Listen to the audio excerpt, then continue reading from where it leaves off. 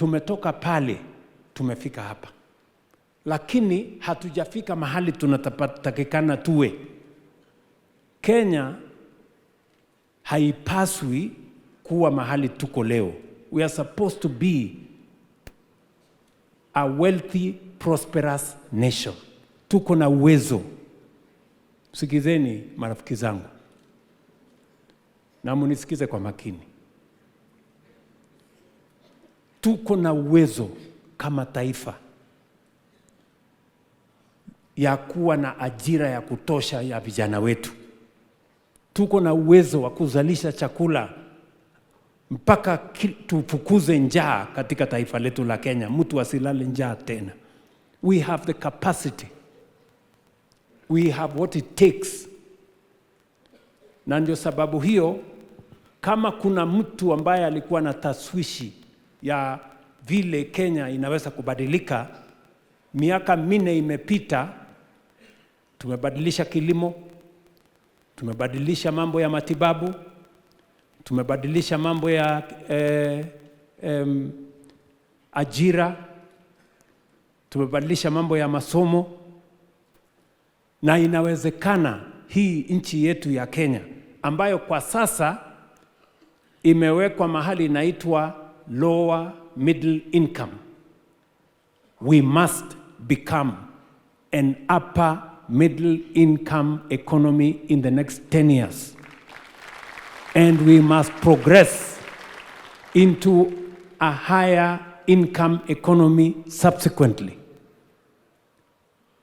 Nyinyi mnanielewa? Inawezekana. Mimi niko na imani ya kwamba nchi yetu inaweza kupanda hiyo hatua ingine. Na ndio nimesema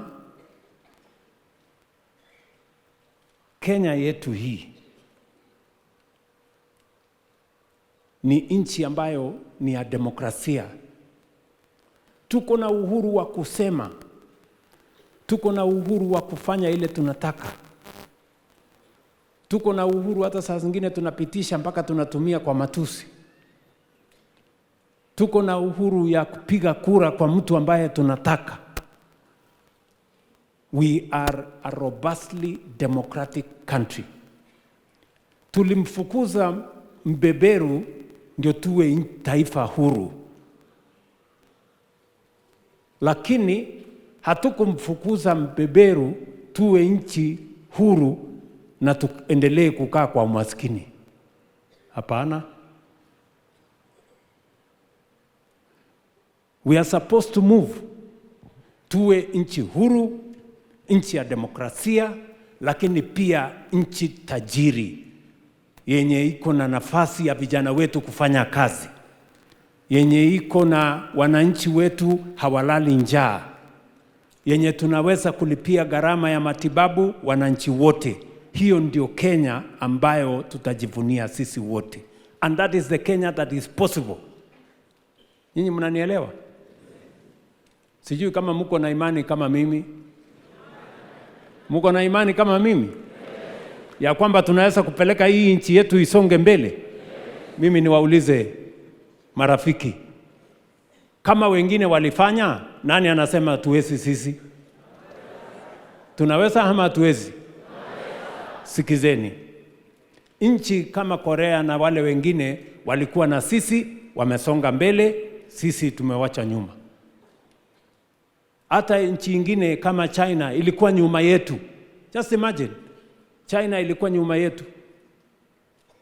Wakati tulikuwa GDP ya 450, China ilikuwa 200. Leo China iko 14,000. Mimi nawauliza wa Kenya, nawauliza nyinyi marafiki zangu, tusimame pamoja, tujiamini, tupeleke taifa letu la Kenya mbele. Inawezekana.